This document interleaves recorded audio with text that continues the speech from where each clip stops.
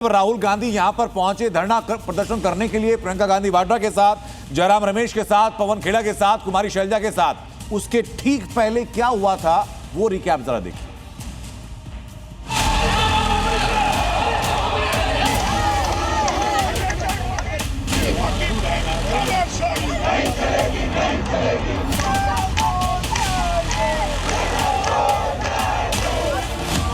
Monsoon सत्र के आगाज के साथ ही संसद में जो संग्राम छिड़ा है वो दूसरे दिन भी जारी है। मुद्दा पेपर लीक का है और इसे हथियार बनाकर पूरा विपक्ष लामबंद है, जिसकी तस्वीर संसद से लेकर सड़क तक दिख रही है।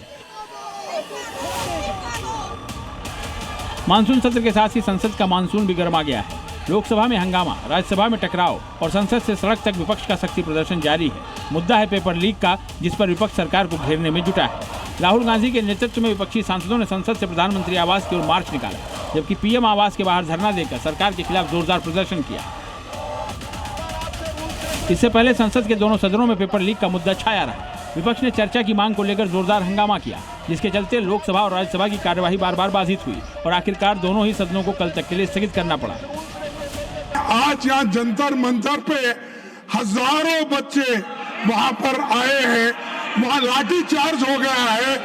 गवर्नमेंट मारने की कोशिश कर रही, गवर्नमेंट दबाने की कोशिश कर रही, गवर्नमेंट निकालने की कोशिश। विपक्ष की जिद है कि पेपर लीक पर सदन में चर्चा कराई जाए, जिसकी मांग पर विपक्ष अड़ा हुआ है। हम पार्लियामेंट में उनके कंसेंट से आवाज उठाने के लिए, बात रखने के लिए समय भी पूछा था। यूं ही एक शब्द बोले, एक ही शब्द, तो माइक ऑफ हो गया, बंद हो गया। ये डेमोक्रेसी है। अरे डेमोक्रेसी में अगर डिबेट नहीं चाहते आप, डेमोक्रेसी में अगर आप हमारी बात सुनना नहीं चाहते हैं, तो हम कहाँ जाए। विपक्ष शिक्षा मंत्री धर्मेंद्र प्रधान के इस्तीफे पर अड़ा है और इस लड़ाई को लेकर अब सड़क पर उतर आया है। This is Dharmendra Pradhan. He's an intermediary. Absolutely, he should resign. But Dharmendra Pradhan hasn't beaten up the students. Home Minister has. He should resign. सरकार को घेरने के लिए राहुल गांधी पहले ही जंतर मंतर में प्रदर्शन के दौरान घायल हुए छात्रों से मिले, फिर संसद परिसर में प्रधानमंत्री आवास की ओर मार्च पर निकल पड़े। आनन फानन में दिल्ली पुलिस पहुंची और उन्हें रास्ते में रोक दिया, जिसके बाद पीएम आवास के बाहर ही कांग्रेसी धरने पर बैठ गए। इस धरने में राहुल गांधी, प्रियंका गांधी, मल्लिकार्जुन खड़गे समेत कांग्रेस के तमाम बड़े नेता मौजूद रहे। इस बीच राहुल गांधी और दिल्ली पुलिस के बीच बहस भी देखने को मिली।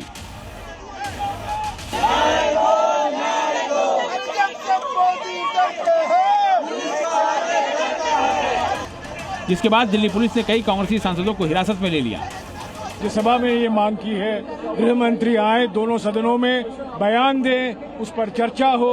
वो तो चाहेंगे कि धरना खत्म हो, लेकिन धरना लगातार जारी है और जारी रहेगा भी, है ना, जब तक कोई सरकार की तरफ से कोई आश्वासन नहीं मिलता। दरअसल विपक्ष का आरोप है कि लगातार हो रहे पेपर लीक से युवाओं का भरोसा टूटा है, इसलिए सरकार को जवाब देना चाहिए।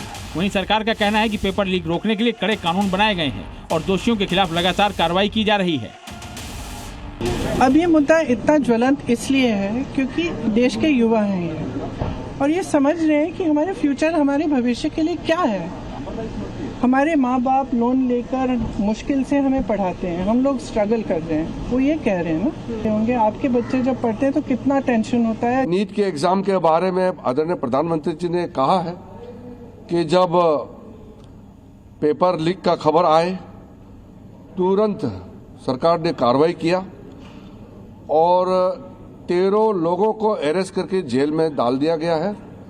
और साथ साथ जो छात्र हैं, स्टूडेंट्स हैं, उनका भविष्य को नुकसान ना हो, इसलिए री एग्जामिनेशन नीट का प्राथमिकता दिया गया। हालांकि संसद परिसर में मंगल मिलन के दौरान पीएम मोदी ने सरकार का स्टैंड एकदम क्लियर कर दिया। कहा कि पेपर लीक के दोषियों को बख्शा नहीं जाएगा। प्रधानमंत्री ने यह भी कहा कि छात्रों के भविष्य से बुरा नहीं होने देंगे, पेपर लीक के दोषियों को सजा देंगे, दोषियों को जेल में डाला जाएगा। पेपर लीक पर राजनीति नहीं होनी चाहिए। छात्रों को लेकर सरकार संवेदनशील है। मगर पीएम के आश्वासन के बावजूद मानसून सत्र के दूसरे दिन भी संसद में सियासी तापमान कम नहीं हुआ। अब देखना होगा कि आने वाले दिनों में सदन की कार्यवाही चलती है या फिर मानसून सत्र भी हंगामे की भेंट चढ़ जाता है। ब्यूरो रिपोर्ट, जी मीडिया। MDH की देगी मीरज, देगी मिर्च का तड़का, अंग अंग फड़का। MDH की देगी मीरज।